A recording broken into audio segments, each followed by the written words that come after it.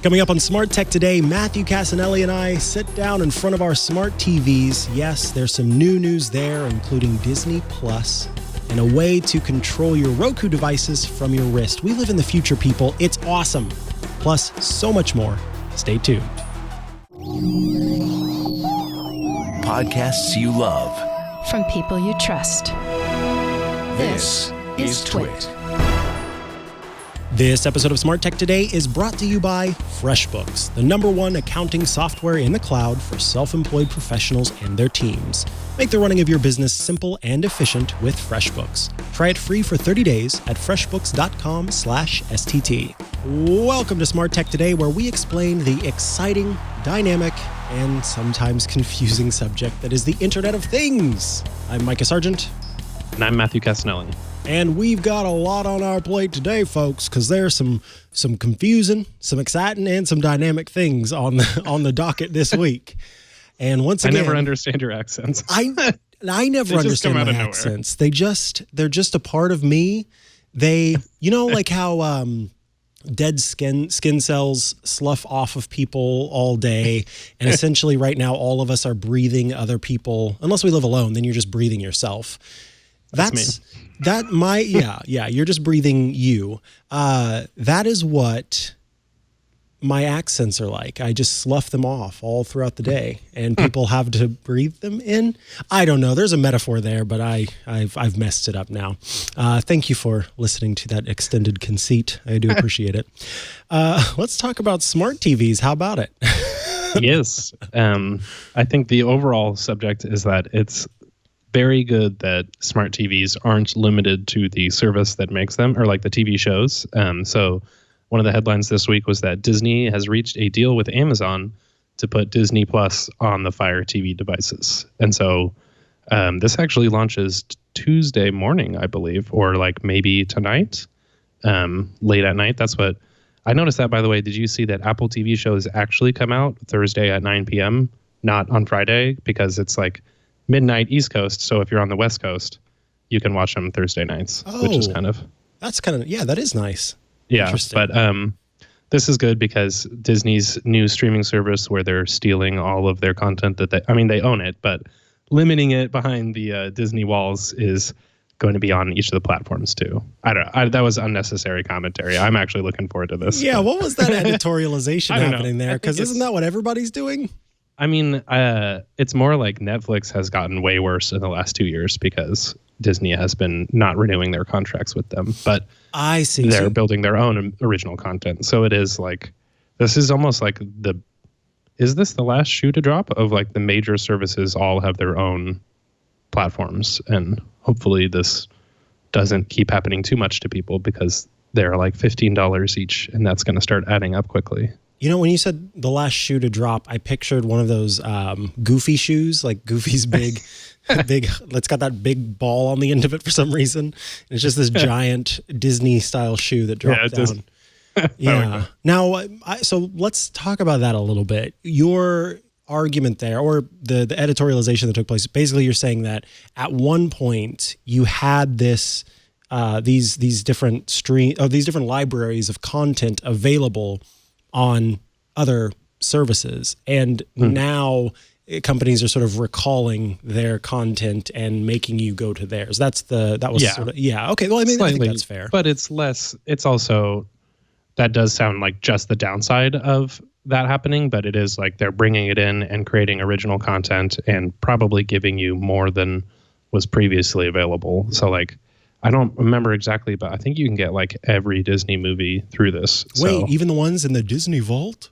Yeah, I mean, is the Vault a thing now? I feel like that's...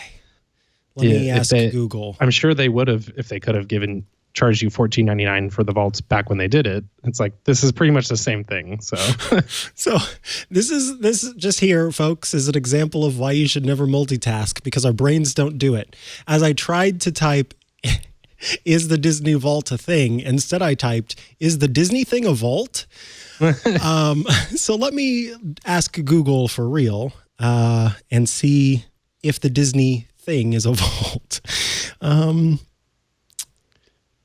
Yeah, I mean, I feel like didn't that go away? And maybe there is. Maybe they still have it actually. Wow, I didn't even realize. I should have looked that up.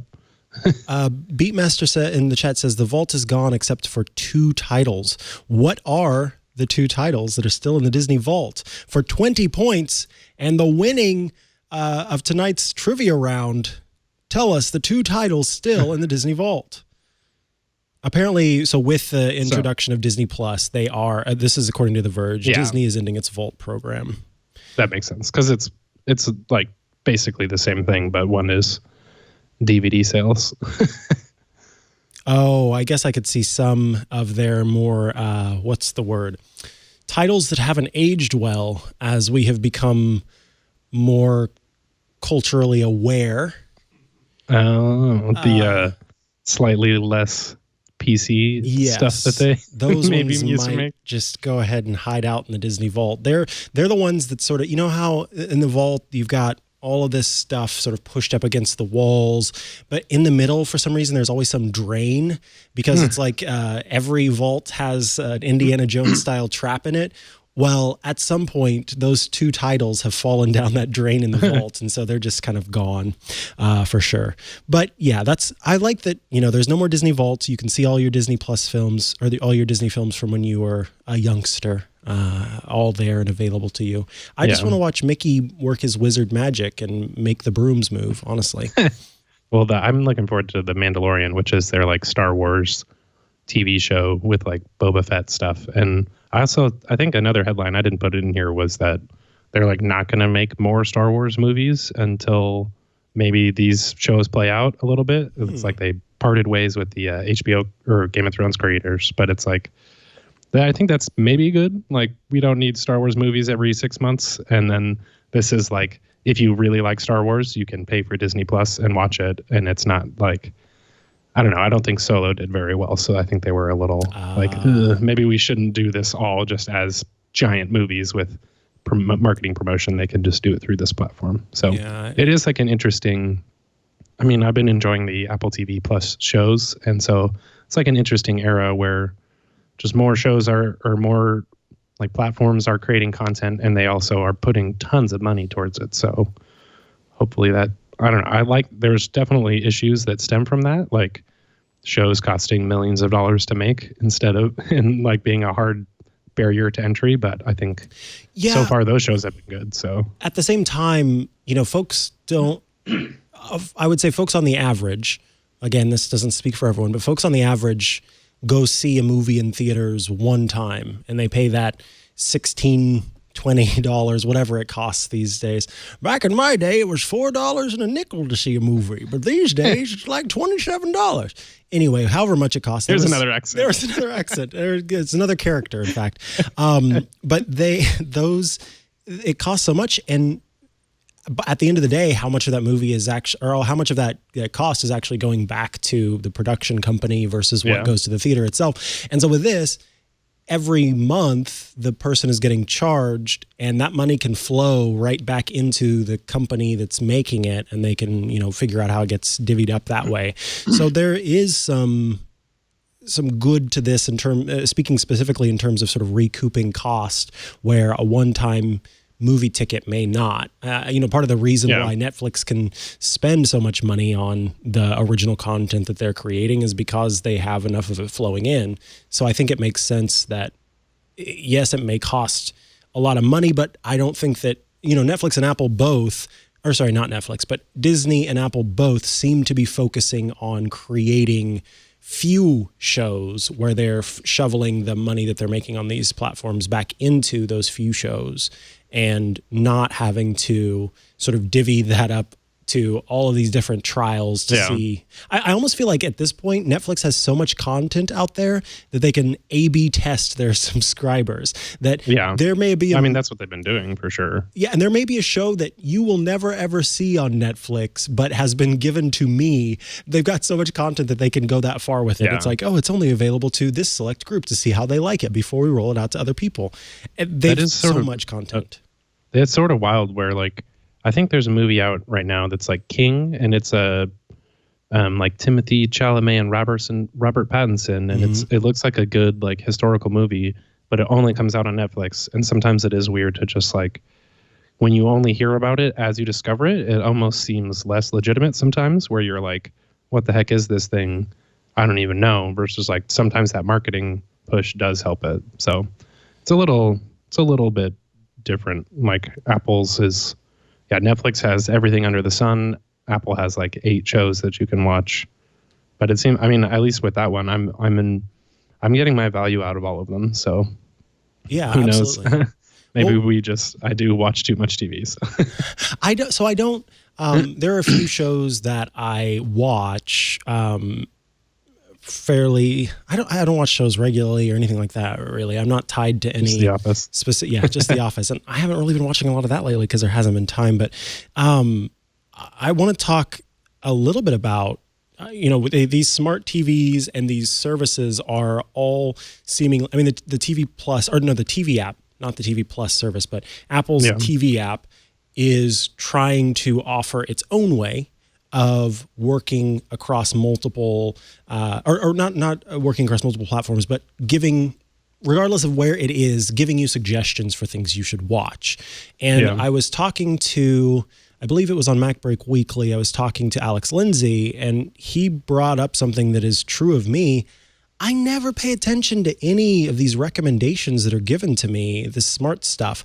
I watch shows that I see, that I want. It's either shows that I've heard of, that someone's recommended to me that I want to watch, or it is literally me kind of like going through the library, and I click on a category, drama or something like that, and I'm scrolling through and find a new drama that I want to watch. How often is your media watching experience influenced by the recommendation engines on these different platforms? Honestly, not a lot. And I think a lot of those are live TV stuff. And I mean, like the biggest thing is that Netflix doesn't participate in the Apple TV app, like Up Next queue or anything. And so a lot of shows that I do watch are through Netflix, and that I think those recommendations would be a lot better if Netflix stuff was in there, because then it would actually be like the new whatever, like Stranger Things is out, it'll show up there. I definitely see Game of Thrones, and like I watch Succession through HBO now, and so that was like showing up regularly in there. But I just don't watch ABC or NBC or Fox or anything, so those are usually the new ones. And then it's like, I mean, like Apple TV stuff, I guess I already just added it all into my queue, so that stuff automatically shows up. But I don't do much TV discovery through the app itself. And I don't know anyone who likes the autoplay videos that just, it's like Netflix and Apple TV. All of it is just utter junk.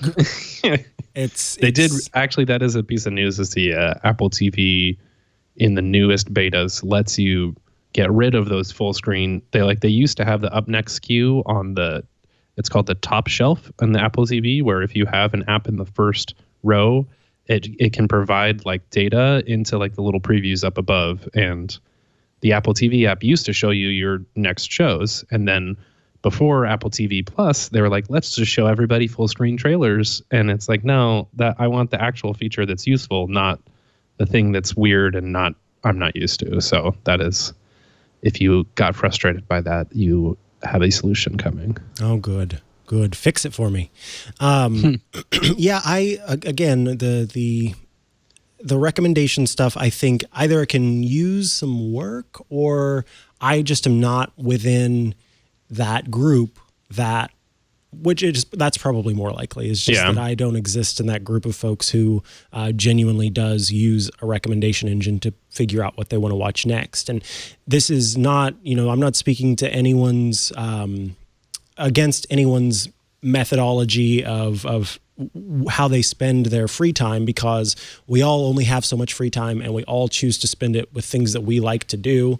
And so however you choose to spend that is your choice. And if it's watching shows, then more power to you. I find that I don't want to devote very much of my time that I do have free to like checking out new shows and things like that. And so the times when I do feel like watching something, it's almost like I need to make sure that I'm watching something that I'm going to enjoy, because for me, the the risk versus reward rating of I want to risk wasting my time to see if I can find this new reward of a new show. I don't want to even take that chance. And so if something is not interesting to me within a few seconds, then it's highly unlikely that I'm going to continue to watch it. And so you do want those trailers? Oh God, stop. No, because that'll just make me rage in the first place and I won't watch any of it. And I'm also a little bit, I am ashamed to admit, I won't say I used to be. When I had more time to devote to content watching than I do now, there would be times where I could have, spent some time watching something, but I would choose not to spend time watching the newest thing because I would have too many people saying, you have to watch this, you have to watch this. Exactly. And I'm ashamed to admit that makes me be very turned off by things. I don't watch them because of that. I only just watched Game of Thrones. I don't know, maybe that was like 2 months ago for the first time. Despite it being out for forever, I don't even know how long it's been out, but actually going through and watching it all because when everybody was saying, oh, you have to watch the show, it's just like, I don't know, at that point it wasn't interesting to me, but I don't subscribe so much to that hipster mannerism anymore. Now it's just, I genuinely do have very little time that I want to devote to watching stuff, so it's stuff that I know that I'm going to like Madam Secretary, which is a very great show that's available on Netflix. And now I've gotten into the Blacklist, which is interesting. And it's only because of The Office that I'm watching the Blacklist because James Spader is Robert California. Nice. He's the creepiest. He's so I didn't know weird. that he was like the star of one of the Avengers movies. Like he is the I don't even remember because it was not a great movie, but he was like the evil robot in like the second Avengers movie. He was voiced Age of Ultron? Yeah, he's Ultron. He actually, wait, James Spader is Ultron? Now I need to watch that. Like, I feel like I didn't know who he was and like that was almost the appeal of watching it because it was him and his like voice and just creepiness. But see, I don't really, that was lost on me. I don't really watch the Marvel stuff, and now that I know James Spader played Ultron, that's kind of funny. That one honestly is fairly forgettable, but maybe I'm gonna alert the fans now. So when you were talking, I did notice that my girlfriend has recently started using her own Netflix profile, and those recommendations have been fairly different. So I think it's slightly because we just shared a Netflix account, like even the same login, and she never really watched stuff on her own. Mm-hmm. And now that she has been, those recommendations are different. And so it's almost like, I mean, I have this problem with Apple Music is like, I don't even know that the recommendations are good because it's always been recommending that stuff to me. So I just assumed that's what it was. Like, I think that like with Apple Music, I had a problem where it was recommending me music for so long that it started to play music that it had recommended for me, thinking that's what I liked, but I just never discouraged it. So there like recommendations. I feel like we might be like so many years into it that you're just used to it by now and stuff like that, that it's like, what is it even like without the recommendations? Oh, God. What is a world without recommendations? Yeah, I suppose we are shaped in that way. The other thing in smart TVs is that Roku has an app for Apple Watch that basically serves as a Roku controller. So you can control your Roku device with your Apple Watch, which that's a great feature. I love using my Apple Watch as a remote because I do not like the Siri remote. I will use it if I need to and if it's there, but if it's even like just outside of my oh man, it's just right over there, I just can't, and then I'm just, oh yeah, I've got my watch on my hand, I can do that. Plus there's something very futuristic and delightful about this device on my wrist that can control all of these things. It takes me back to my youth, my young youth, when I can remember watching like spy movies and things like that, where they had all these cool wireless devices and never believing that I was going to get to be a part of those things. And while in the moment it may seem sort of well, yeah, these things do this. You can control your TV with your watch. When you take a step back and sort of look at the fact that this tiny little computer on your wrist is controlling another tiny little computer that is connected to your television, that's just delightful and really cool. And I feel blessed to get to live in this period of time. So seriously, I mean, I like it. You're speaking to the exact person who feels that the most, because of like something like Siri shortcuts is like blowing my mind regularly. And I need to capture this better on this podcast or like in my videos and stuff, of just like, sometimes it's so cool and it's hard for me to recognize when I'm just like by myself that it's like, this is madness. Like I saw this video of this, it's like, oh, it's from like the 70s. And it's like, in the future, you'll be able to talk to your family and look up information on the internet. And then I'm like over here using my AirPods to like turn on the lights behind me. Right. And it's just like, it's like everything is awesome and we don't appreciate it. But I mean, that's why it's like, I love this little Roku thing, is especially for people who like, my grandparents always had Roku, and I think they had an Apple Watch. And then it's like just bringing that to more people. You don't have to change systems just to be able to use it across your devices. And that's, I'm especially for smart television stuff, I think that's important, is you don't have to buy into an ecosystem just to use that product.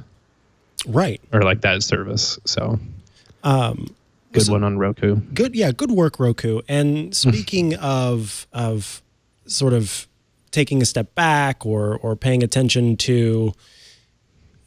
little bit more attention to the beauty of these devices, I don't know, beauty is the right word, but just some of the things that we can do. I wanted to talk about a little story. I was at the theater, I think that was just yesterday, to watch Jojo Rabbit. And I think everyone should see that film. Taika Waititi is amazing, first of all. Secondly, that's the one where he dresses as Hitler, right? Yeah, he basically plays he is a, what is the word?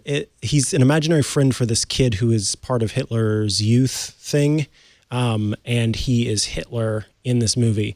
And on the face of it, you might think that means that it's going to be like a celebration of Nazism, but it is precisely the opposite. If there's anyone that I can trust to like handle that properly, it's Taika, and absolutely nails the right balance of comedy and poignancy. And it is well worth a watch from everybody. But anyway, before the film began, of course, there are trailers and commercials and things like that. And one of the pre-roll ads was showing a guy who was paraplegic. He had lost both of his legs, and he was, at first it kind of started out with him. It showed him in his car, and he was putting together his wheelchair and getting into his wheelchair and talking about like playing sports. And he's going to be in the Olympics, but I can't think of the particular Olympics of which he'll be a part. But anyway, as part of this, he's doing training and things like that. And then it goes into his house, and he is getting up in the morning, and the first thing, thank you, the Paralympics. He gets up in the morning, and the first thing he says is, and I keep forgetting, it's golf. But he says, okay, computer. He says, okay, boo-boo, turn on the lights. And the lights turn on in the room that he's in, and he gets like the weather forecast and this, and then he goes to his bathroom and says, okay, boo-boo, turn on my bathroom. And those lights get turned on, and he has access to all these things. And when I talk to people, everyday people, about my interest in smart tech, my interest and specifically when I talk about smart tech, this time I'm talking about smart home technology. And when I talk about a show that I do about smart home technology, there is that little smirk of this stuff is very nerdy, or it's sort of silly and doesn't necessarily make sense as anything out of that futuristic geek type space. Yeah. And I see that in myself sometimes, where I am only thinking within my own box, and I have got to take a step outside of my own box and remember that technology is not just built for me, and it's not just built for you, and it's not just built for a nerd or what have you. It is there are different reasons why this technology can be empowering for different people. And watching this short little ad, of course, it was an advertisement. It was Google's advertisement. But it was just a nice reminder that the stuff that we're building and the stuff that you and I talk about on the show can be incredibly and genuinely helpful for people. I think when we're not getting caught up in ourselves and when we are, casting aside empathy or not paying close enough attention to empathy, we also have a tendency to, I think there's a bit of a Luddite tendency, even among technologists, where we have these moments of like, yeah, that is cool, but do we really need that? Because years ago, they didn't use that. Yeah, they were fine without it, this, that, and the other. And if you think of it that way, then you're not keeping in mind the fact that like humans as a race are learning more and creating more and building more and innovating more and producing opportunities to level the playing field more than we ever have before. And I want to encourage that specific spirit in particular, because it's cool that you and I can control things from our Apple Watches and our in-ear headphones, but a person who has trouble getting to the light switch across the room to be able to do that from where they are can be life-changing to have that. It can be life-changing in multiple ways, including mental health benefits, independence, so many things, health and safety. It's incredible. And so that little moment was just a reminder of that for me. And I did not want to let that go by without bringing it up. And I know that you and I have talked about it, Matthew, that we want to try to be aware of that. And so, this was just another reminder. Yeah, I think sometimes it's hard to like emphasize how much of like having the basics down makes a difference in your life. And when you don't have those basics down, everything like falls apart. And I think that's something that it's so easy to take for granted. Like, I mean, often it like happens when, I don't know, it's not the same as like having physical disabilities or anything, but when you are struggling with mental health, even like having less physical tasks to undertake and things like that can be really important, and like having seamlessness in your daily life.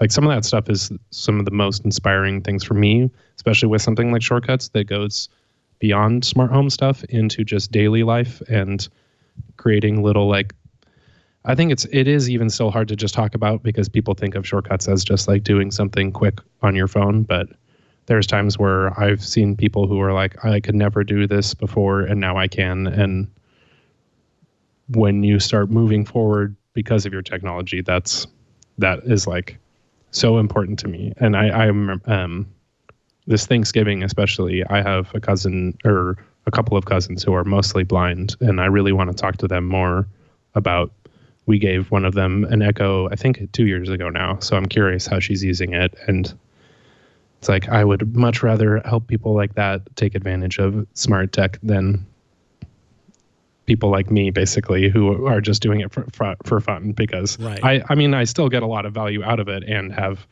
like made significant improvements in my own life through using some of this stuff. But it is like getting white dudes ahead isn't exactly motivating for me sometimes. So finding people who actually like need it, and it's not just like, even though improving everybody's life is important, but improving people who actively could use it just to live a normal life is important. And I think that, I mean, that does like lead nicely into the next thing of like, Google Assistant can now support bathtubs and faucets.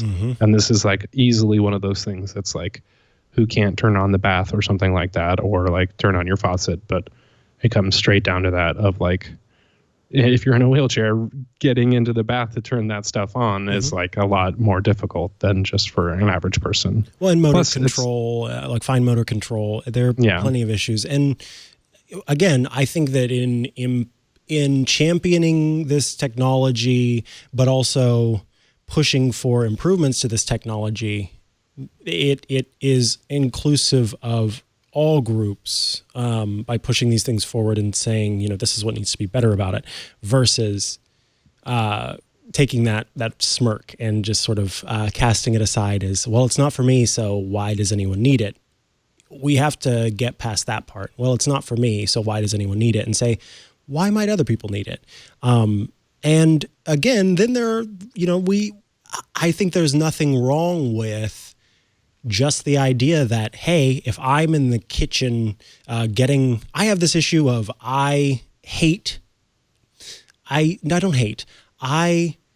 no, let me try this again. I hate the idea that I have to eat. I don't mind eating. Me too. I don't mind eating. I will eat, but I hate the idea that I have to eat. And I wish that I didn't have to eat. And so because of that, I am not very good at making sure that I am fed. That often means that I go long periods of time without feeding myself because it's just not front of mind for me. And so the day starts and I go, and then I realize, oh my goodness, I haven't eaten. That's why I'm tired at 4 p.m. And so now I need to quickly shovel something down. Well, now I have to make something. I don't want to make something, etc. If there are ways that I can save time or spend time where I would normally be doing something else in the morning to make that quick little breakfast that I need to have for some stupid reason. So I'm downstairs and I'm making myself some food that I'm required to eat. And then I hit the button that like gets my shower going. And then I can just go upstairs. I'm not going to get into shower dining, but I'll go upstairs and get in the shower whenever it's time. And we'll leave it at that. Then that is a benefit to me. And while it's a benefit to me in this very specific situation, we get to rejoice in the fact that it is a benefit to folks who need this technology for other reasons as well. So it gets to be a win-win for everybody. I got to help you with some grocery type stuff. I have the same problem, but I've also been watching Queer Eye Japan, and that show helps remind me that taking care of myself and like fueling my body properly is an important part of the process and is worth doing. So I've been even like I had a better breakfast today than I have the last week. So oh, nice. See, I think my goal is to I don't want to make enough money so I can retire. I want to make enough money so I can hire a personal chef who just makes sure that I'm fed. That's what I need. Because if I don't have to think about it at all and I can just go, okay, I'm getting in the fridge and this is my breakfast and my lunch. And then I take those to work and I get to eat them there at breakfast and lunchtime. And then I go home and there's dinner and I get to pull that out and eat it.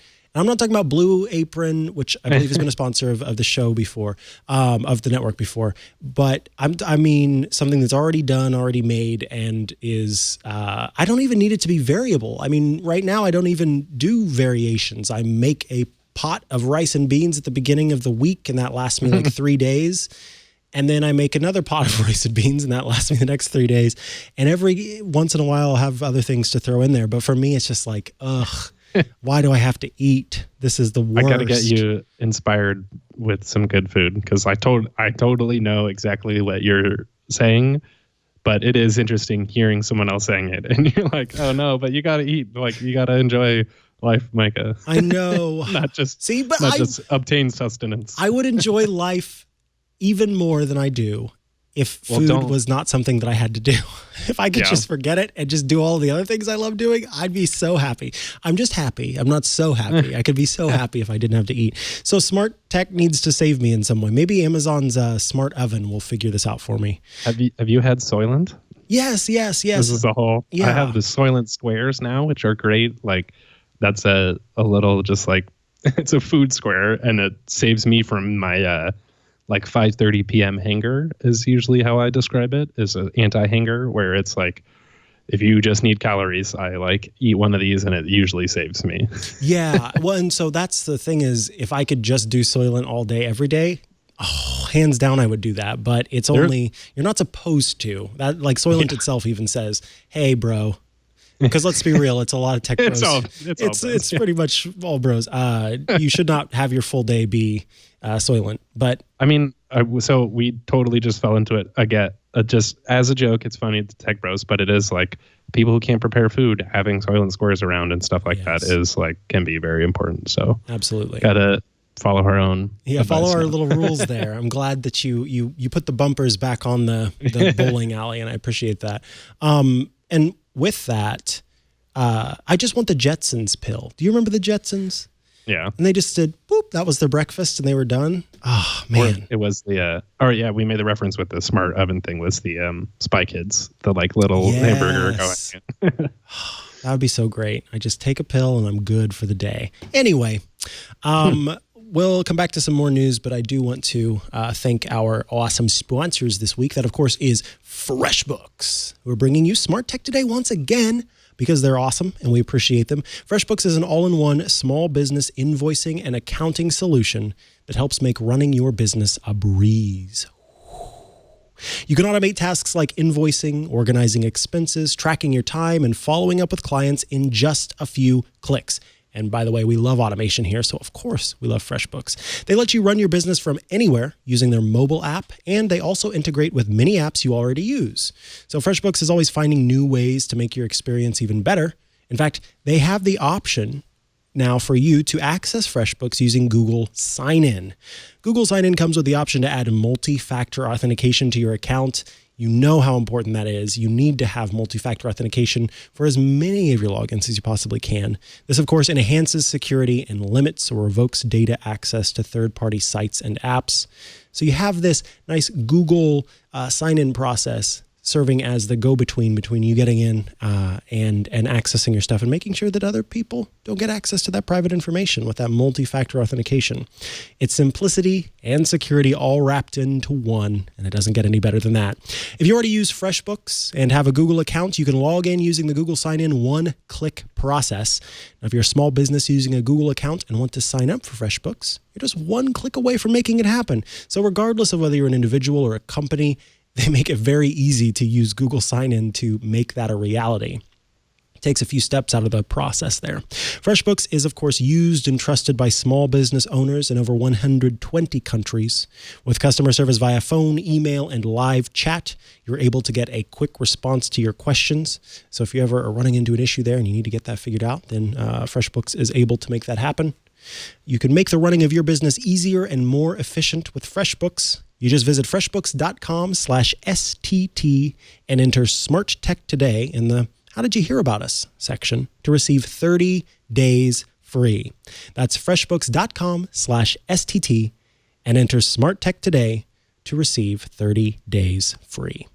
Our thanks to FreshBooks for sponsoring this week's episode of Smart Tech Today and for being there for us for every episode. This has been great. We love you, FreshBooks.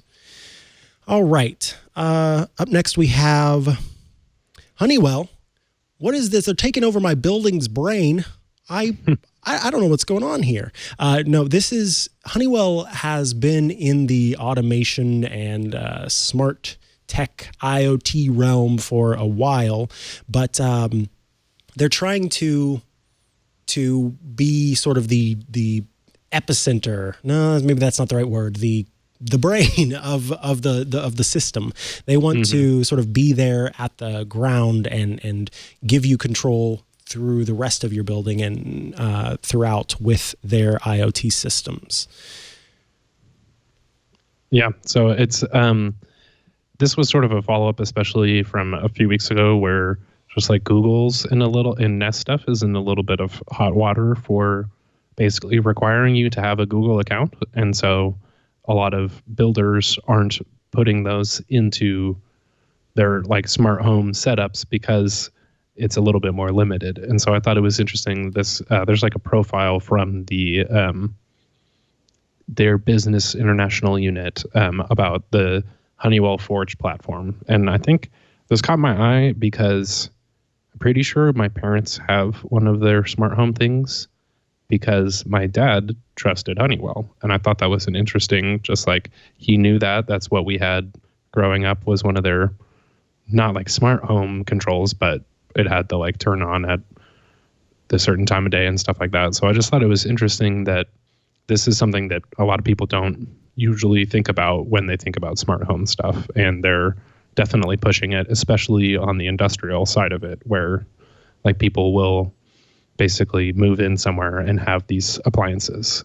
So I thought it was just worth mentioning that I feel like most people don't actually tap into that, but it's sort of a private system. So they give you, I think they give the ability, it's like they're not trying to collect data on you, which is also another, I think that's basically the key problem with the Google stuff is like people don't want to have to like agree to some terms and services for something like that. So it seemed like an interesting sort of like hidden player, probably because it goes on the more like builder side of it. And it's less of a like go to Best Buy and buy one of these sort of situations, but seems worth looking into a little bit, especially if you're in like newer buildings or moving and things like that. So I like this idea of brand recognition playing a role in what people end up getting into and what they choose, because a lot of the more established brands are not the ones making kind of the coolest or best working smart home or Internet of Things tech. There are few that are doing a good job with that. And so that's interesting, sort of figuring out, again, for the average consumer, what they end up going with. And I guess that's where Philips has a bit of a leg ahead there.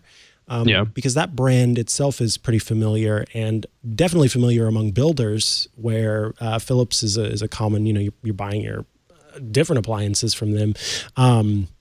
So yeah, I think that's interesting. And I do want to, we have some conversations for interviews down the line that will involve talking about things from not just the customer side of things, the consumer side of things, but also from the business side of things. And I am hoping to reach out soon.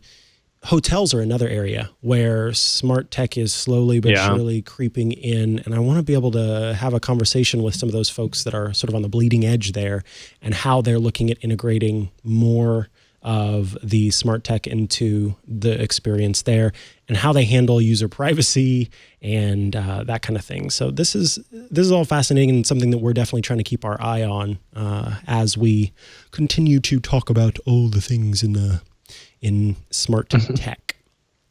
I do need to figure out if I have like a really old house. And so we have like one little heater in one room, and I'm trying to figure out if these Honeywell things could actually hook up to that. Cause I'm just like, it's one of those outlets that I've never seen before. And this house was built in like the 50s. So I don't even know if these exist. It's like, I have to get specialized electricians for my stuff.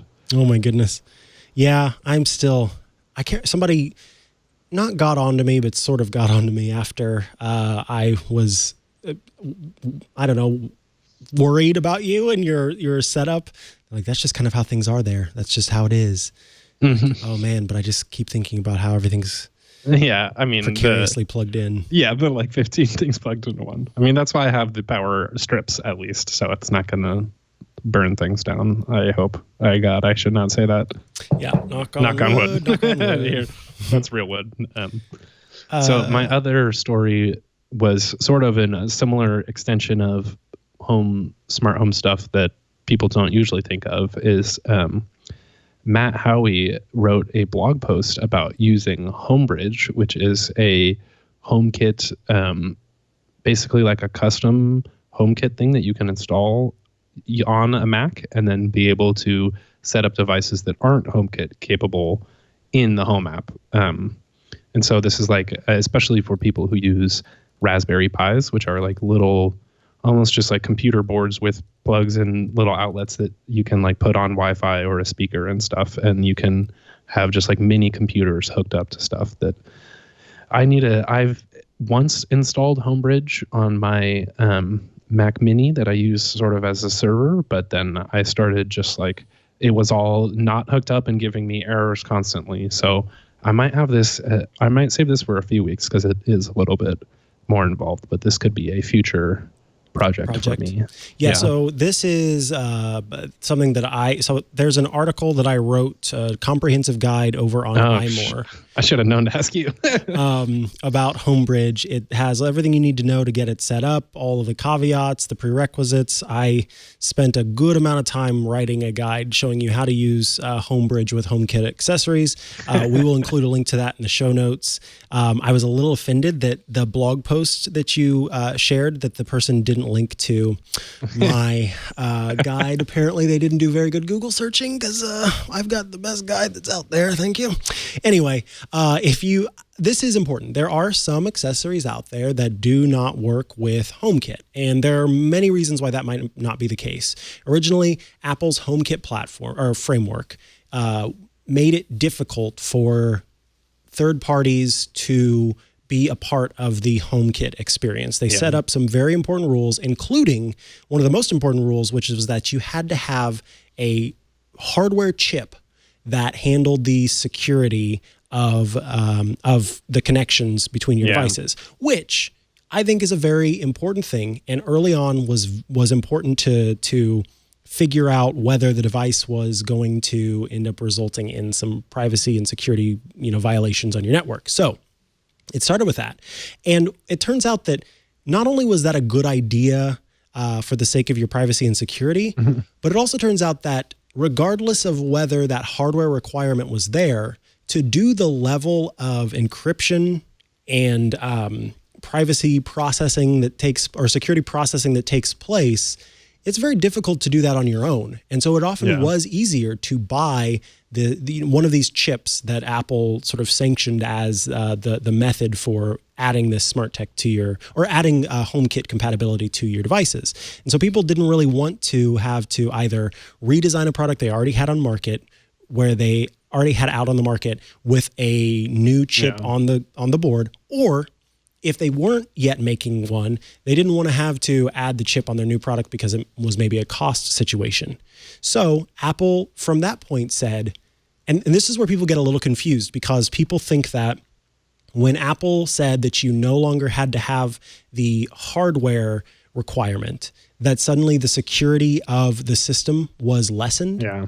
But that is just go for it. No. Yeah. It's not like that. In fact, the requirements for the security are still the same. The only difference is that you don't have to use their hardware chip to the hardware chip that they had sanctioned to do the process.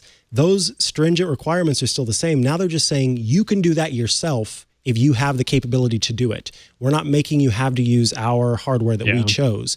So nothing changes in terms of the security. Now, if you do have a gadget out there that you want to use that doesn't either software support or hardware support HomeKit, but you feel relatively comfortable with the idea that you may be lessening your security with these devices, then you can use what's called Homebridge. It is it's not React.js. It's a JavaScript. I was looking at your article and I was like, oh my God, you have like Node code in here for people to use, which is why I never got too deep into it. It's a step-by-step guide to literally install and use it. So it's a server, a JavaScript-based, Node.js-based server. And I'm not going to get too deep into the woods here, but essentially what it lets you do is create this little server that acts as the connection point between, it acts as a bridge device. It's kind of like how Philips Hue's system has a bridge. The light bulbs communicate with the bridge, which then communicates with HomeKit. This is the same thing. The third-party accessory that doesn't support HomeKit is routed in communication to this bridge, which is supported by HomeKit as a server that then communicates with your phone or whatever thing that you're wanting to use. So you can install it and keep it running on your Mac, which is a little bit more, it's less involved to do it that way, but it's a little bit more complicated because you always have to have it open. You can't like shut down the machine or else you'll lose access while it's shut down. And that's why a lot of people, myself included, just got one of those little computers you mentioned, like the Raspberry Pi, installed it there, and then it's a low power device that's always serving as the bridge. This is, I think, slowly becoming something that is not going to be necessary as we continue through the years. But for now, it is nice that folks who sort of don't want to be a part of the nanny state of protection and security can step outside of that and say, I understand the risks. Despite that, I would like to have access to this obscure product that I wouldn't be able to control if I just went with my HomeKit enabled devices. That seems like the main benefit is it's like, if you do hit the limits of smart home automation, this probably has something that you can do more with, but it is like not I would say probably not for the average person. Not at all. I mean, unless you are willing to fiddle with the setup and then use it, it's possible. But maybe somebody who makes YouTube videos should make a series about these and make it easy for people to understand complex topics. Maybe someone will do that. Subscribe at Matthew Cassinelli on YouTube. No. Always be plugging. That's what. But I'll clearly be. I mean, I was just like, I need to just go through all your articles that you've written because of course you wrote about it, but I just didn't remember. So I might be hitting you up with some other questions on other stuff too. I think that article. It was like 3 a.m. when I turned it in. Sounds about right. Yeah, it was a very involved article. That feels accurate that like people who work on Homebridge type stuff work on it between 10 p.m. and 2 a.m. Yeah, it's like a very late night project type of thing. Yeah, that is definitely the case there. In fact, at the end of the article, I even have a little section called "How are you feeling?" because it just was such an involved process. I was like, we just want to go ahead and check in with you. Was this helpful for you? Are you okay? All right, that takes care of that. Now it's time to talk about some new interesting privacy features or privacy evading features. This was fascinating to me. And so the Nest Hub, which used to be called the Google Home Hub for anyone who still hasn't tracked that change, now has a new feature that uses like sonic proximity sensing, ultrasound presence sensing to determine whether or not you're near it. And so the Nest Hub Max has a camera in it, but the Nest Hub does not. And so for me, this is like the feature basically can send sound waves out and determine if you're like 3 feet away from it or 5 feet away from it, and then accordingly like increase the size of the font if you're standing far away. Oh. And I thought this sounds like a cool feature. And then if you have the one with the camera, it will show you like your Google requests, not just any, or like the notifications and stuff. But when they were like, oh yeah, also this works on the Nest Hub that doesn't have a camera. And I was a little bit like, I bought this one because it doesn't have a camera and it can't tell where I am. Mm-hmm. And now they're like, just kidding, we can do it through software. And it's a little bit like, you should ask people that, given it like that should be opt out and should be something that you turn on. I can't tell if it's actually rolled out to mine yet. I was in here earlier getting closer and further away from my thing and it wasn't doing anything, but it was a little bit like, I was like, this just feels, especially when last week there's like an article that's, they can use ultrasound to send it messages. It's like, now it's like, I don't know. I was a little bit like, I didn't sign up for this. And it's a little bit like you never, what's the Jurassic Park quote? Like, you never stop to ask if we should, even though we can. Oh God, that was you just butchering of the angered quote. so many people. Yeah, you look that up while I say this. Breaking news. Somebody, let's see, let me go back in the chat. I think it was Indy Mike who mentioned this first. Thank you, Indy Mike. There's a site. It's called Hoobs, HOOBS.org. It stands for, have you heard of this?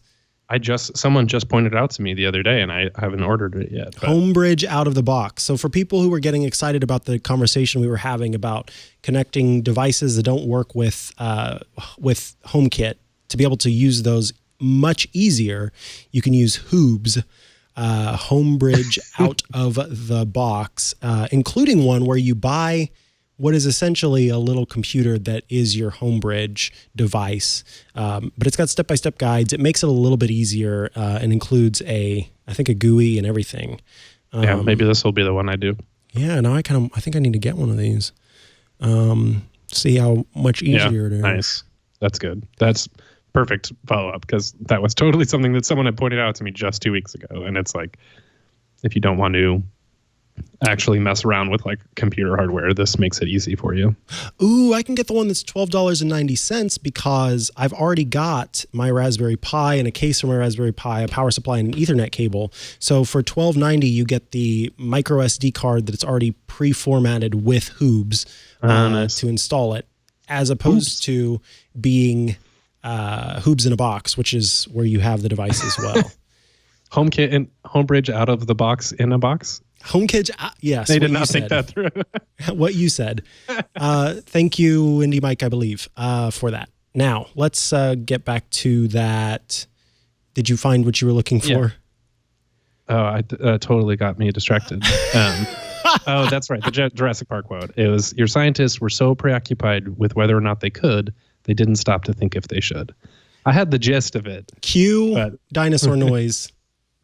And or, oh my God, now I can't remember his name, Jeff Goldblum saying it. We gotta get Matthew Cassinelli out of here. He's I gotta have sleepy. my food squares. Yeah, you need to eat a food square, by golly. I like this little bit of news as well. Apple has updated its privacy pages to provide even more detail for what is how different apps are used and how they're all collecting your data or not collecting your data. You know, this is an aside, but I saw a Tumblr post the other day. Yes, I still scroll through Tumblr. I was just going to say, wow. Yeah, I saw that smirk on your face. Yes, I still am an active Tumblr user. Hashtag 2K11. I don't know. I don't know when people last were big on Tumblr, but I certainly have never stopped. Anyway, and this Tumblr post was talking about, oh goodness, now I'm having trouble remembering what it was. It was about the privacy stuff. There was an Apple News article that showed, oh, that's what it was. So within within the privacy section of your settings on your iOS device, there is an option to turn on or off the feature that tracks your most used locations, that where you go the most for Apple.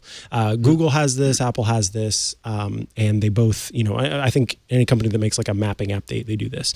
And it is basically just saying, it looks at where you go so most often and then uses that to provide different information to you to make certain things easier. Well, here was the problem, was that this Tumblr post took so much out of context. So they showed this article that was like, Apple is tracking you everywhere you go. Here's how to disable the feature. And then a new post came up after that, and it showed a prompt that popped up on the person's screen that said, this article has been removed from Apple News. And so the person wasn't able to get it in their Apple News thing. So then somebody else came along and said, look, Apple's mad. They don't want you to disable this feature. Here's the original link to the article. So then it made it look as if the company was like trying to hide this article that shows you how to turn off this feature, which was a little frustrating to me. Because I don't think, except for Facebook, I don't think that any company is trying to hide how you turn off these features. They make it very easy to do a search and find exactly how you turn off these features. Now, admittedly, some of them are difficult to dig into, and they're hidden, or they're put in places that are a little bit difficult to reach. But Facebook's the only one that I will truly grant like the nefarious intention of trying to hide that stuff, because they've been proven to do that before. So I think I saw that you can't, if you search for delete your Instagram account, it won't show up, but there's articles titled delete your Instagram account. It's like, come on, guys. Yeah. So this is of course, the privacy page now has been updated with, it's apple.com/privacy, and it's in detail information for each of the apps that Apple puts out, correct? Yeah. And it's just like 10 or I don't know how many, but like large cards with clear information about what's happening with each of these things. It's like not legalese. I'm sure they have more that is legalese somewhere, but it's just like straightforward so you can really tell. It's also marketing, but oh, they do have a nice little Apple logo with a lock on it. That's a new design they've never put out before. And for anyone who is wondering, in order to find, it's called significant locations, and it's in settings, privacy, location services.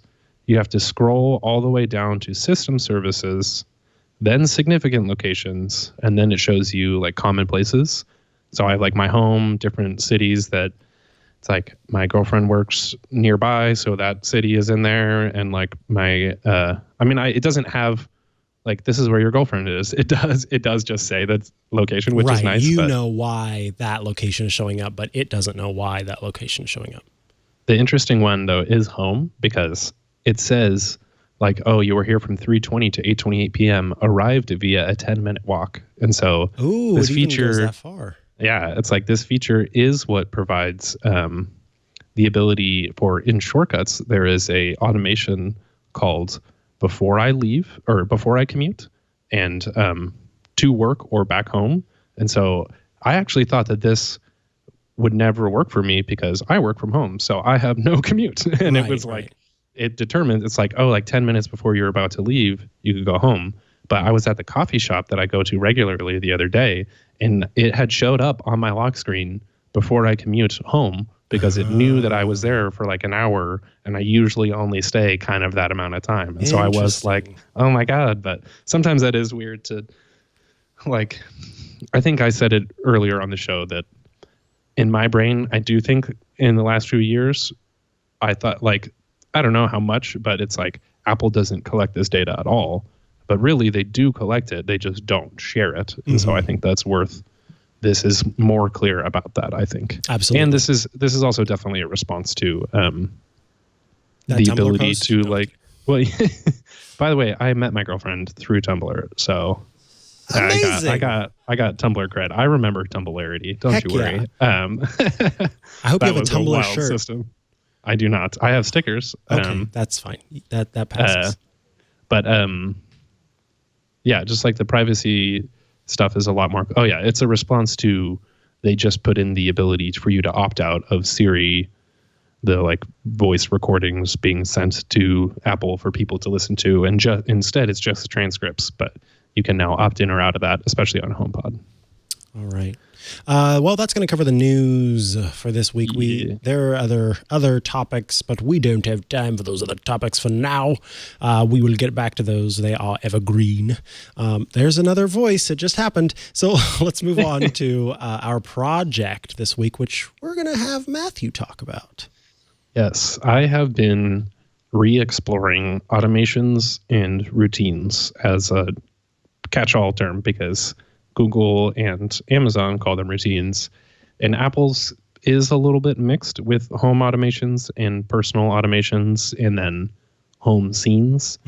But basically I wanted to explore what was new with home automations because I haven't actually tapped into HomePod stuff yet since it just got updated last week. And then I also wanted to just see more of what was possible with my Amazon Echo and my Google Home stuff because I haven't honestly looked into it too much. But I also, one of my conclusions was I recognized why I hadn't done too much because there is tons and tons of overlap. But at least one of the main things that I was experimenting with was just like the throughout the week routines. And I'm curious if you feel free to jump in if you have any of these set up, but I do have stuff for sunrise and sunset. I was experimenting with a little bit of sunset stuff that didn't actually work. And so I'm curious if you've ever done anything like, I wanted it to be 1 hour before sunset just to flash one of my lights so that I could kind of like recognize that it's golden hour, which is the best time to shoot photos because it's like the sun is down over on the side instead of straight above you. And so when it casts the light through trees, it's got those dramatic like sideways rays of light and stuff. And it's like, I want it to be like, hello, it's time to go shoot photos. There's an option to flash lights? No, there's not. That's what I was saying is it can't actually do it. And it also leads me to another complaint with home automations is if you have all of the devices grouped in Shortcuts in the Home app, you can't just turn on one of those. Right. You have to like either set all of them on or off. And so what happened was it was an hour before sunset and all of my lights turned off and one turned on. And I was like, okay, that's not what I wanted. Yeah. So I've never done anything like that. Because what I thought you were going to say was that you had trouble getting the sunrise sunset timing things to work. And I was going to say, no, I've never had that issue. In fact, I used to have something set up where every time at sunset, my front porch and back porch lights would turn on, and every time at sunrise, then they would turn off again. So I never had to worry about turning those on or off. But that's the exact one that I have too. Maybe, and the grouping thing can be an issue for sure, but the whole point of grouping is so that you control them all at once. So it almost would be counterintuitive, I think, to make it so that you can edit things within a group, because the whole point is to make the group a group. I disagree. Okay. Probably because I have like 20 lights. At a certain point, it was for the home app to have a physical button that I could turn on the entire living room at once without having to say. It's like technically you can just say turn on the living room and it'll do it. Mm-hmm. But there was no easy one tap way to do it, like turn on. But we have 5 lamps in there. And so I want to just turn on the dusk lamp. But like I think it's just because of the literal way it's designed in the UI. It's like it thinks you're trying to just specify one part of the group. But it's like I want in Shortcuts or the home app the ability to control just the individual lights. And they kind of just like put the home UI into the Shortcuts app and into those automations, and not like broke out each individual product like Amazon and Google have done. The way that I handled that, because I had 6 or 7 lights in my living room, and if I wanted a one tap way to do that, I would just create a scene. So there was a scene that was called all on, or living room on, and a scene that was called, living room off. But then, and I could have those in my favorites if I wanted to be able to access them anywhere. But if I didn't, if I just wanted to, whenever I opened up the home app and went to the living room, then I could do that.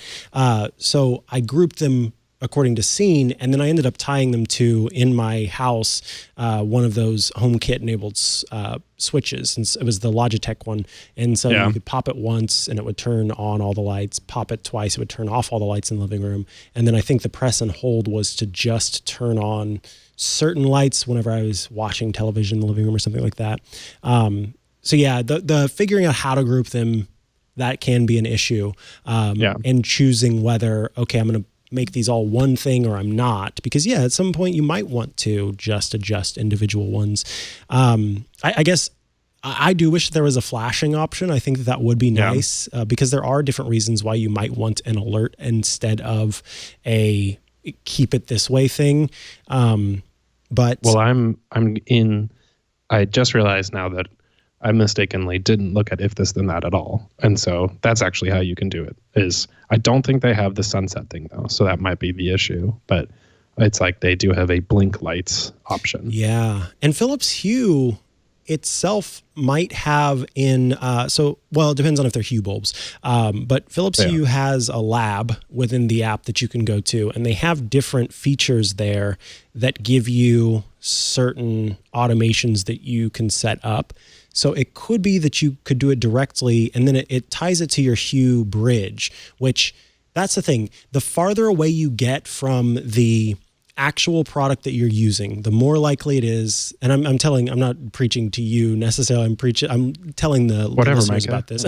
Yeah. Now you listen here. No, the farther you get away from the actual product or devices that you're using, the more likely it is that there's going to be an error at some point. There's going to be some reason why it doesn't work, or there's a server this or server that.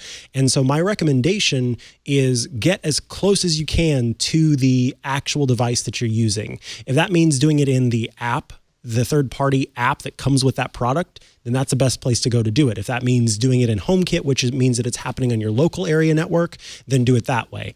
Only go to things like If This Then That and others if you absolutely have to, if it's the last sort of straw that's available there. And I even feel that way with like the Amazon's different smart systems and routines too. That's still at least like 2 removed from Philips Hue itself. And you want to get as close as you can. And so if you can get something that basically installs the routine directly on the Philips Hue bridge, and then the Philips Hue bridge is the thing that's communicating that message, that's the best way to do it if you can. But I haven't tested if you can do flashing via that. I've done some other stuff. I see the sunset sometime thing is in the bridge, or is in the labs. So that was something I also forgot to check out. I did actually part of it was that I did do this live on Twitch as a test earlier today. So I was like running out of, I was like, oh God, like I forgot what I was doing midstream and started blanking. But the sunrise stuff is in there. That was what I noticed about the Echo routines in particular. It were both the Google ones. It's like all of those scenes just pulled from the Hue app, which I was surprised by. Like that is one thing that I do prefer about HomeKit is that, and let me back up real quick just to address what you were saying is what's true about the home apps. I don't think it should be that way, that you have to use the Hue app in order for it to actually work right. Like that's definitely what the current state is. But one of the reasons I went all in on HomeKit was that I didn't want to have to manage individual apps. And that almost like trips me up every time I try to go into Google stuff or Amazon's, is I'm like, there's no central repository. They do just hook into the Hue app. And so a lot of times, like Philips has the better scenes and stuff like that themselves. And I think it was even like they have better default ones. I think Apple does. I mean, I'm one of those people I've spent hours and hours figuring this stuff out. And so even just like, I know that the home app got a little bit better, but just trying to figure out how it even worked before was like, because you have to always constantly hold on something. I mean, to be fair, every single one of these apps on iPad has a line of text along the left side and then nothing else on the rest of the entire screen. So Apple does win there with the app design part, at least in terms of there's an interface besides a list. Right. But it was like, I mean, I was very surprised that the first thing I wanted to automate with my Echo was like, where are my deliveries and stuff like that? And you can just ask it that, but it can't do like on a schedule, like here's your deliveries for the day, or like you can't automate the Amazon part of the Echo, which I thought was funny. And I actually just saw like a scathing article earlier today that was like, where is Amazon's ecosystem? Because they have 1,000 or 1 million apps that are like 1 million skills wide, but they're all an inch deep, because like I've been really struggling to figure out what even to do with that. Besides, the one thing that is killer that both Echo and Google can do is broadcasting. So like, yes, I don't see, this is though one of those things that is like totally, that does feel more along the lines of like, I really wanted this when I was a kid, but maybe isn't as useful. Like again, I think speech problems if you couldn't yell house, but like I feel like I would just creep my girl out. I think it's a parent. Yeah, that's fair. There's a lot. Maybe I'll have to talk to more of my cousins. Or you'll just have to have a couple kids. Yeah, just a couple. Yeah, for the show, Yeah, that can be your next project. I do feel like it is like just if I expense got home, it. That's great. Sorry, go ahead. That was a good one. I liked that.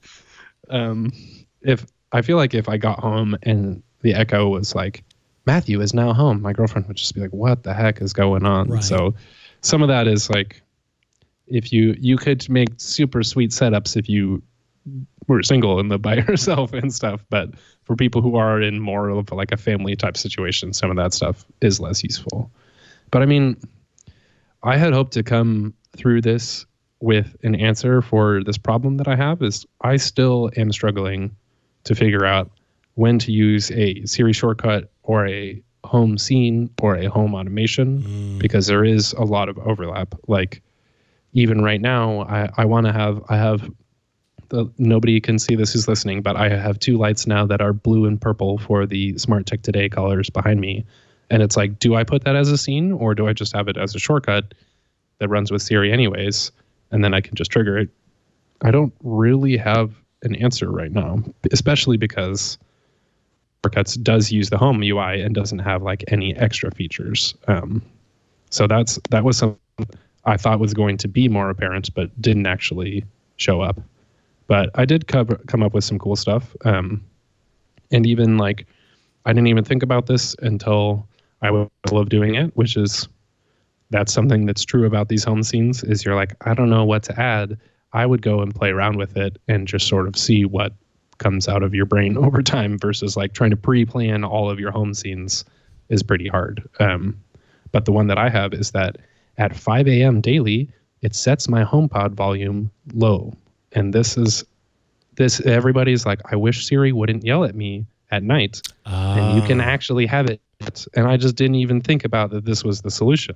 You can just change the volume on your HomePods and set them, because now HomePods and Apple TV can be added into home scenes as like being triggered by stuff. And so it's just, you add both of the, like, okay, most people don't have two HomePods, so I went a little overboard there, but add whatever volume or music device, because you can play through Apple TVs too, and just set the volume to low. And so that's like a nice one where it's at 5 a.m. every day. It doesn't like when we wake up, it's not like, here's the weather for today. And then the other one was that whenever my girlfriend gets home, turn the volume down also, because she'll always be showing up and I'm like playing music loudly and she's just like, oh my God. Like, and so now it's also a cue that I know that she's home too, because it'll turn it down before she gets in the door, basically. Yeah. The one that I did have, and this was another situation where it just failed, but I want this to happen, is there's something in Shortcuts called Run Script over SSH. And for anyone who doesn't know, it's one of those computer terms that sounds super fancy, but you can basically run a script through your computer and have something happen on your computer. And so I wanted to have this shortcut that's whenever the two lights behind me turn off, my Mac display goes to sleep. And so you can actually, in theory, it works when I run the shortcut, but when I try to do the automation, it's just not reacting. So I'm not sure if this is actually limited, but this is a fancy thing. This is amazing that I think for a lot of people who use Macs, using Siri shortcuts to control your actual Macintosh, your computer, is like, that's where people's real productivity would come. And so I'm trying to have this set up where I can say, like, it's time for another episode of Smart Tech Today, and all my lights turn on, and then it sends a script to the computer that turns on and places these windows in the right place. And stuff like that. So, I mean, you can do it with like Keyboard Maestro for sure, just by triggering that type of stuff. But now hold on, send script via SSH what happens in the Shortcuts app? Does it have the option of like make my computer light up, or do I have to figure out the script? You have to figure it out. And how did you figure out the script? I read MacStories.com. I've heard of that place. Yeah, it's totally true that I do get a lot of inspiration for new fancy shortcut stuff from Federico Pettici, because MacStories.net. Yeah, I typed that in earlier today, and I was like, "What? Oh yeah." But I'm going to get brutally attacked for that. No, I'm just kidding. Yeah, but, yeah. I mean, first of all, if you like shortcuts at all and you haven't gone to Mac Stories, please do, because Federico is doing amazing stuff all the time. And he's also like, he's been texting me sometimes where he's like, I'm doing this cool thing. And I'm like, yes. Now, hold on. I do want to know too. Well, first of all, I need you to send me like the specific article where you learned about SSHing and it was in the middle of another one. So I think that's why people might not have noticed. It's, hold on, I put it in the show notes. Okay, while he's looking up that, I want to say something out there for the listeners. I think regardless of if you're getting into smart home, smart tech, smart whatever stuff, by smart, we're kind of talking about the stuff that connects to the internet that maybe in times past was not connected to the internet. The way that people sort of gave this moniker, it's the idea that now you can communicate communicate with this thing even if you're not right next to it. So a smart scale, of course, is a scale that's either connected via Wi-Fi or Bluetooth that lets you step onto it and record your information. So regardless of what platform you're using, if you're using Android, if you're using iOS, if you're using neither of those, if you're somehow using Windows Mobile and you are wanting to get the most out of that smart tech, one of the best ways to do that is through automation. And so even though we're talking about shortcuts right now, and specifically what you can do in something like Shortcuts, these things are platform agnostic in terms of the inspiration that you can take from them. So we can take this conversation that we're having right now about shortcuts and apply it to what's available on Android, especially with we've seen Google talking about what's going to be coming next, or completely platform agnostic, as long as you have access to a browser and those individual programs, then you can use something like If This Then That, or a sponsor of our network here, which is Zapier, to do these automations as well. Slack just announced that they've got their own workflow automations available, as well as Microsoft, who has improved upon their existing workflows. So all of these different companies are creating automation empowerment tools, is kind of how I like to put them, because it really is empowering for a consumer to be able to take control of these devices in ways that we haven't been able to before.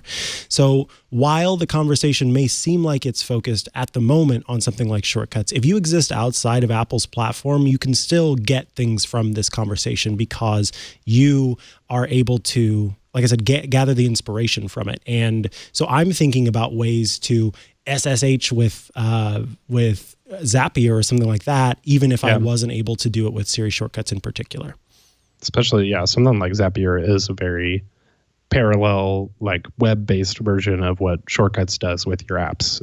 So that's definitely, And I mean, I get so much from linking to something like Mac Stories is iOS-based usually, but just seeing how people are doing this, like Homebridge or through If This Then That stuff, I want to know more of what people are doing on other platforms, because I mean, I definitely want to make Shortcuts versions of it also, but it is like, it's more interesting to me when anybody can do this. I just happen to particularly have learned this tool, and then it got acquired by Apple and turned into Siri stuff. So it's like, that's what's like, I didn't know, like, if you are technical, SSH means something to you, but for me, it was always through this type of front-end tool. But this is basically just running remote scripts on your computer, and actually is a common thing. This is how like your IT guys can do it.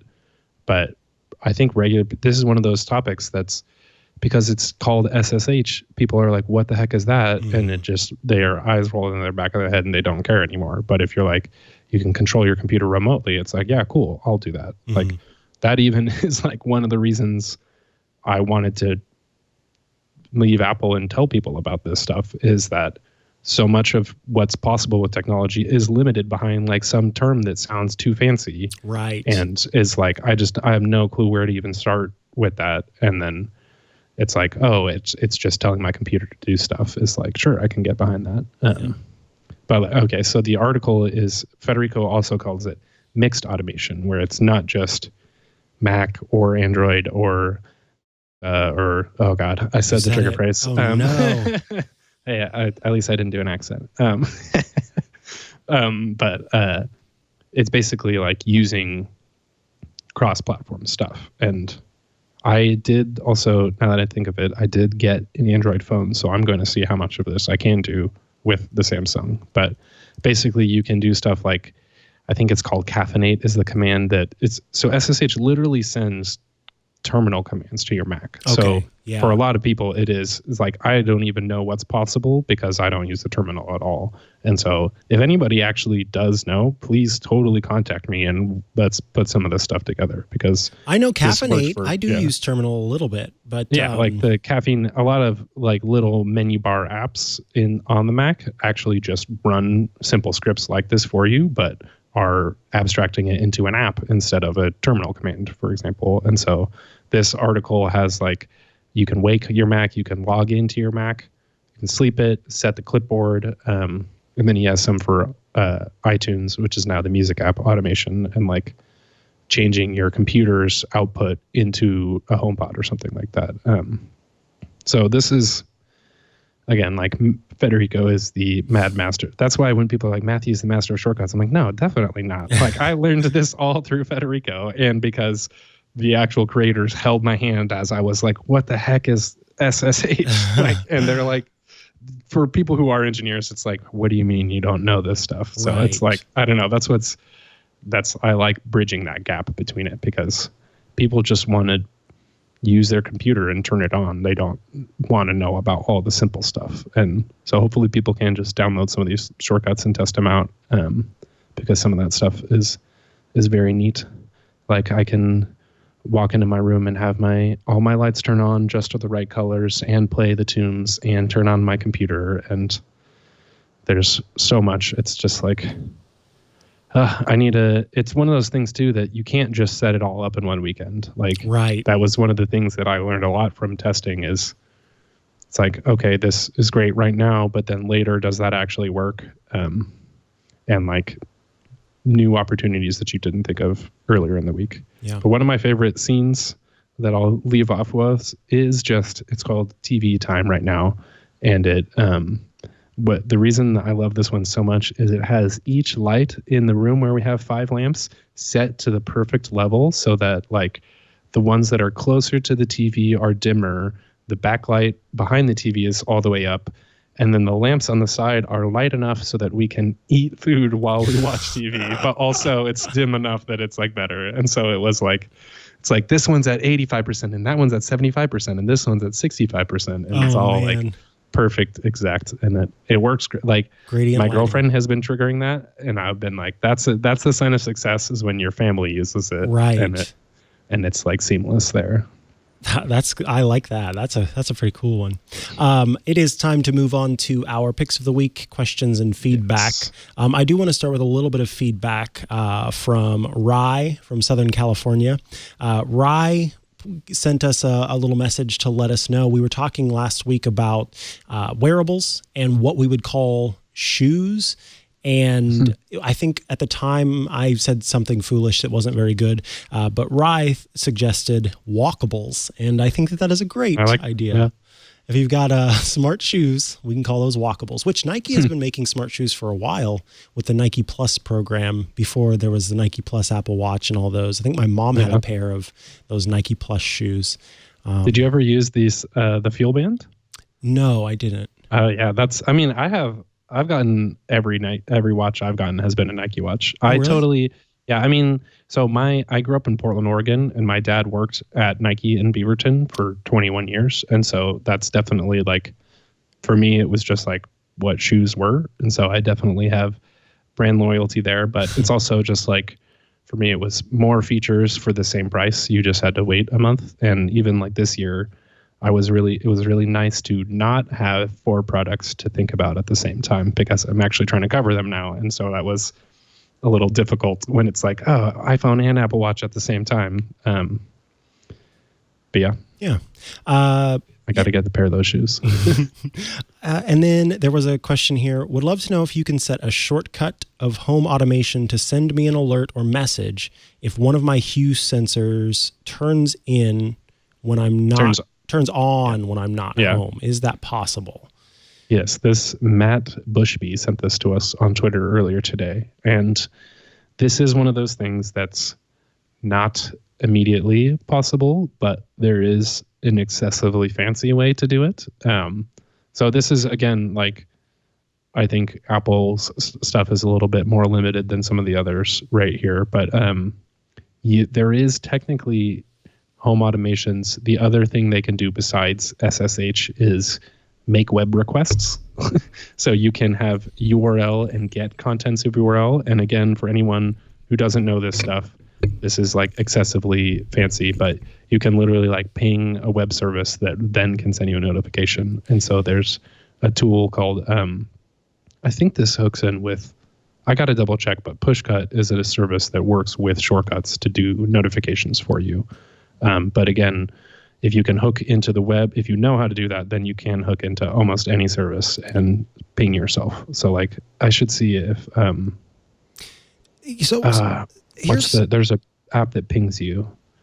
Yeah, there are a couple out there. Here's the thing that I want to cover here because it's going to depend on the sensor. Not for what, Matthew, for what you're talking about is way more complicated.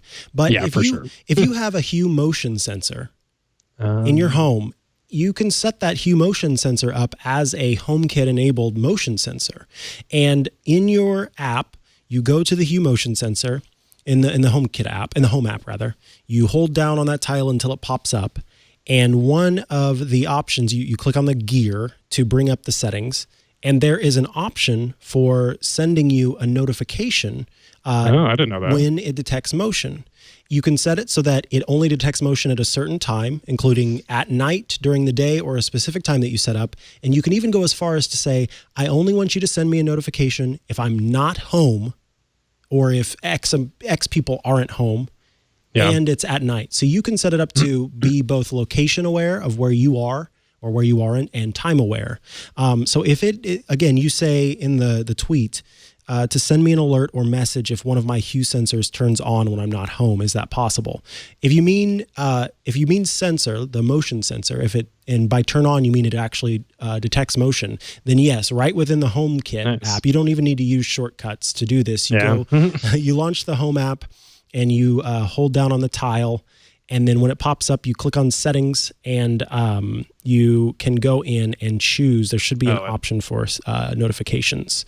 And then, like I said, you can set it up according to when everyone who you've invited to your HomeKit enabled home, that's included in that Home app, they will be part of the location aware features. And so you can say, when nobody's home and it's at night, send me a notification. Or you can just say, when nobody's at home, send me a notification. Or when I'm not home. There are so many different options, including like when the first person gets home, I want the lights to turn on, so that it doesn't happen that the first person's already home, the second person comes home, and then the lights go to the full brightness again. Yeah, that's what I was using with my HomePod one with my girlfriend coming home. It's like, if I'm already home, or if no one's home, it's not going to do anything. I think for me, go ahead. What was your idea? No, it wasn't an idea. Indie Mike in the chat said, I wish I could run an ALEXA command via an iOS shortcut. Ford has an ALEXA skill to start/unlock my truck. Maybe with this new database stuff that you were talking about, maybe there is some possibility there. It might be possible. There is a way where you can... you could literally have your phone speak text out loud that your Echo could hear, which is... Can you imagine having your HomePod? Yeah. Wait, can you make your HomePod speak? You can AirPlay to your HomePod and make it speak, yes. But you can't... I think that's... In coming back to the question, is I think the biggest thing right now is that home automations exist like through your home... I'm not going to say home bridge because that's confusing, because that's something else, but the... what is it called for Apple's thing? Home Hub. Is it just the hub? Okay, the whichever hub you have, whether it's the iPad, Apple TV, or HomePod, those are the things that run home automations, and then personal automations run on your device using the apps that you have. So like home automations can't send an alert to your device because it's basically like just not built that way right now. But I think that's one of the major problems that Apple has to address in the next version, is that it's way too confusing whether it's like, oh, I can personally run this, but not everybody in my family can, and stuff like that. And I get the way they're doing it security wise and stuff like that. But I think that the biggest thing with HomeKit is just that if it doesn't exist in the way it already works, it's not possible, because all of this is engineering and it's all apps and operating system based, whereas Amazon and Google stuff is all in the cloud. And so that is one of the benefits, is that they can just hook it together.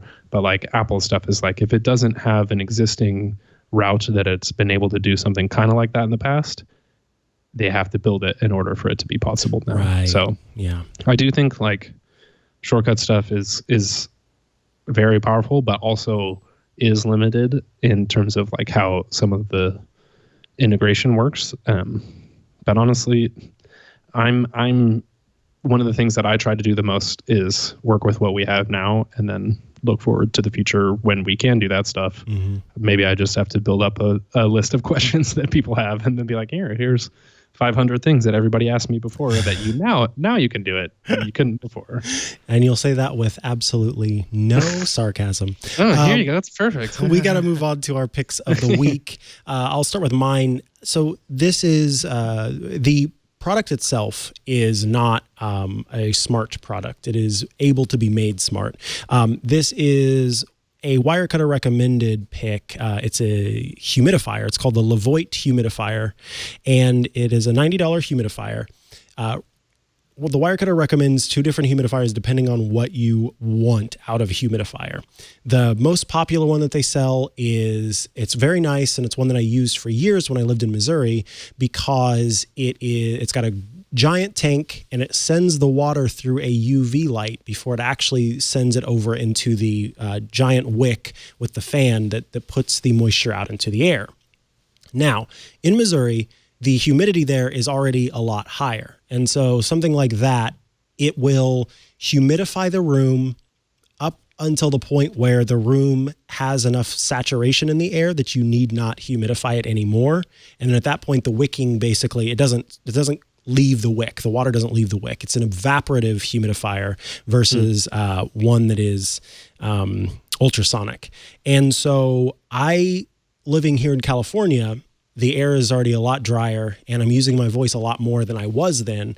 And I have to keep my vocal cords nice and lubricated. And the problem with, drinking water and doing all that stuff is important just in general, but that doesn't actually get at the heart of the problem to be able to get into those vocal cords and access that. And so you need a humidifier. And frankly, you should use one anyway because our mucus is slightly acidic. There's a reason for that. It is made that way so that it can help to not only collect germs and things like that, but it can start to fight the battle against those germs. But the problem is our human bodies have this mechanism by which we collect things that are in the air with our mucus. And when the air becomes dry, the mucus is secreted to help lubricate and moisturize our bodies. But if it sticks around for too long, because it's slightly acidic, it starts to actually burn our skin, internally. And so when it's in your throat, it starts to make your throat raw if you keep it there for too long. And essentially what you're supposed to do to combat that is make sure that there's enough moisture in the air that you're breathing in so that your body doesn't feel like it needs to put out mucus. By the way, this is not something that I just discovered on my own. I have my doctor from Missouri to thank. She made me aware of this, and ever since then, I have been a humidifier evangelist. Every time I get the chance to talk to somebody, you're converting me right now, right? So. I've literally done this with all of my friends. So you can ask everybody from Southern California that we like Joe Rosensteel and Dan, of course, is not from Southern California. But every time I'm talking on Twitter about how I'm worried about someone's humidities, that's what this is about. I've convinced plenty of people that they need to get one. You do. Genuinely, it will help. It's good for your health because, and I'm not making any money off of Big Humidifier, I promise you. But it will help with if you get sore throats a lot, if you have allergies. There are many reasons why a humidifier is good. So the reason that I got this one, as opposed to the one that I have always used with the ultraviolet light, is because this one is an ultrasonic humidifier. And so it will not cease production of humidity in the air, even at the point that the air is saturated. It will continue to saturate the air if you want it to. And basically, I wanted to be able to give myself a few days of intense moisturization overnight before I turned it to a setting that would just sort of get the air to between 50 and 60% humidity. And so to do that, you needed something that was going to keep putting out moisture even after the air reached saturation. So you just wake up dripping in sweat. Ew. It is not like that, I promise you. That would be disgusting. That's what I imagine. I think that's why I mentally haven't gone for this yet. Yeah, so it doesn't work like that. It's not as if you were trying to turn your house into a sauna. First of all, it's a cool mist. Second of all, California is very dry, and so you are surviving right now in relatively dry air, and it's not good for your skin. It's not good for your vocals, your throat, all of that stuff.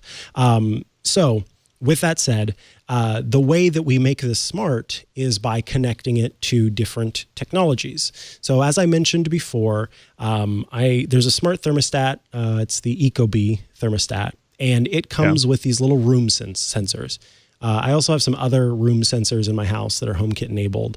And what they can do is track the air quality, the humidity, the temperature, and a few other things. Oh, did he say humidity? Yes, he did. When that humidity sensor is being watched, then I can have that set up in the room where I'm sleeping, say. And I can have it set up so that when humidity drops below X threshold, then turn on the smart plug that is connected to the humidifier that I want to be running while I'm sleeping. So after, like I said, that first few days of intensive humidification, then I just needed it to run as a normal kind of humidifier that just gets the air to a certain point. I don't need it to oversaturate the air. And so now it's set up to just do that automatically. How does it turn on with the switch? Because that's one of the problems with so many products is they're designed to be, they don't have like a physical switch anymore that you can just leave on. So that's going to depend, again, on the product. And I just found that this one, you can unplug it and plug it back in and it still turns on to the last setting. So you do need to test that because some things, when they turn off and you turn them back on again, they're not going to work. It was better with the top wire cutter recommended one is better because it has a physical switch on it. And so you don't have to worry about, the electronics even getting in the way there. And that is honestly, even for Californians, I would recommend that one over the Levoit one because, and we'll include it in the show notes. Let me recall what that one is called here because it is, like I said, it sort of has a built-in do not over humidify feature. It's called Honeywell. Speak of the devil.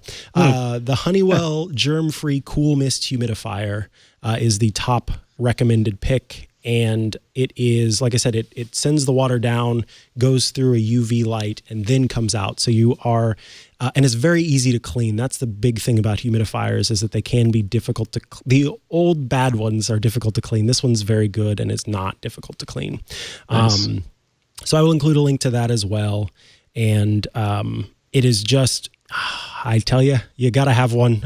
And genuinely, oh, sorry, I have something in my throat.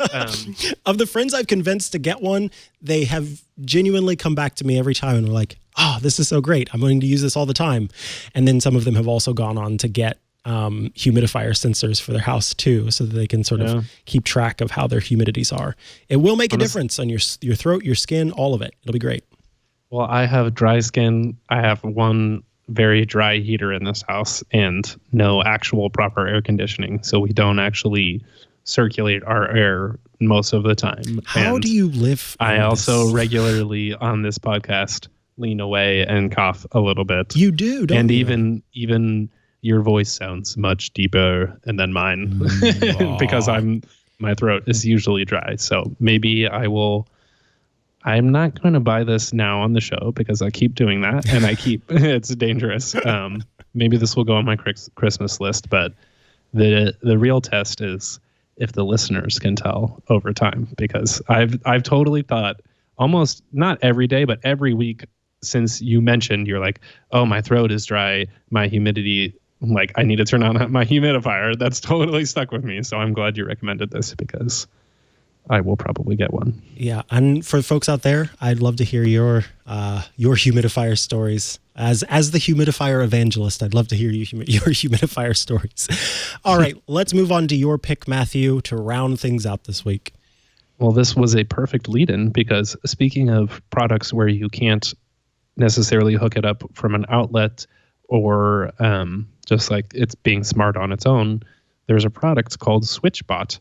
And the SwitchBot Hub and SwitchBot Mini, where this is a little smart product, and it doesn't actually work with HomeKit. It does have Siri shortcuts, so I'm counting that basically, and it works with Google Home and Amazon stuff. But it physically has a little finger thing that it presses buttons for you. So this is one that I ordered, and it's coming soon. But it's like physically, like anything that has a button that just needs to be pressed, it's just a little tab, and when it reads a signal, it just moves forward and presses it for you. Wow. So this is genius. It's just like, oh, it'll literally push the button for you. Oh, so my goodness. I thought that was awesome. Like, I will test this out because I have an espresso machine that can't just turn on from stuff like that, and it would be pretty amazing to be like, time to brush my teeth, and then the machine turns on downstairs and starts heating up. So this actually seems pretty awesome, and it already went through Kickstarter and everything, so it's on Amazon, which is great. Yeah, and have you seen the SwitchBot curtain? No, I didn't. Oh yeah, that's right. That was their newest thing. Yeah, a very easy way to open and close curtains. That's wild. These guys, this is awesome. Like, these are all the different actual HomeKit stuff. But. Yeah, because these are all the small things that you don't think about needing until you need them, and then they are super valuable. Because right now it's very still, because IKEA hasn't gotten their stuff together. It's very difficult to, within a good price, get automated curtains, and so the SwitchBot curtain would do that. And that is one area that I'd really like to add to my whole thing is open those doggone curtains so that I wake up ready to like take on the day. Because right now I can just, no, I don't want to wake up. No. For listeners, I was covering my face with my hands and sort of pretending to be asleep. So there's that. That's awesome. SwitchBot. And you said it's available now on Amazon. How much should I go in here? I was a little bit confused on whether I needed the hub or the mini hub, but I think the little button pusher is only like $30 to $40, and then the hub is like $50. But we'll see. This is why I'm testing it for people, because some of this, especially because it's not HomeKit yet, like Siri shortcut stuff is perfect for me at least, but not everybody's into that yet. So I will test this out and get back to people. Excellent. Well, we'll have some follow-up there.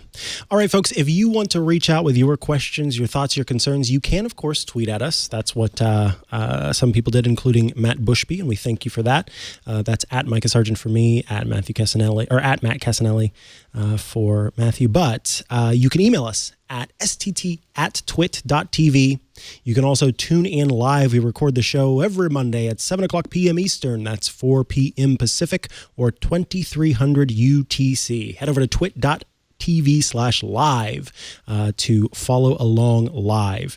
You can follow me on pretty much every social thing at Mikah Sargent. And Matthew, if people want to see your videos or follow you or reach out to you, how can they do so? Searching Matthew Cassinelli on YouTube, and my website is matthewcassinelli.com. And just for anyone who wants to spell it, it's Cassinelli. And just in terms of feedback, I really do want direct feedback from people about the home scenes that they're using, whether regardless of platform, if people have Siri shortcuts questions, or just, I think one thing I also want is like, what is your wildest smart home stuff that you would do regardless of whether or not it's possible? Because I think I love hearing those and then getting as close as humanly possible to it with all of the stuff that's out there, because usually it's like a lack of imagination, not technical possibility. Right. Or I don't know. I'm going to have you stick around. You can't make your house dance or something. But. I'm going to have you stick around for a second after the show, because I have a shortcuts challenge for you that I was thinking about. It's not necessarily smart home stuff, but it was still something that I was like, oh, I wonder if I could do that. Of course, you can subscribe to the show. You just head to twit.tv/STT, and it's got links to all the ways you can subscribe or check out the show on YouTube. If you're one of those newfangled but ever-increasing YouTube watcher or listeners, apparently people are listening to music and listening to podcasts on YouTube, and that's a growing audience there. So that's twit.tv/STT for all those links. Until next time, let's say goodnight to all our smart assistants. Good night, everybody. I want them to say good night back. Okay, that's my next. There you go. You got to set that up.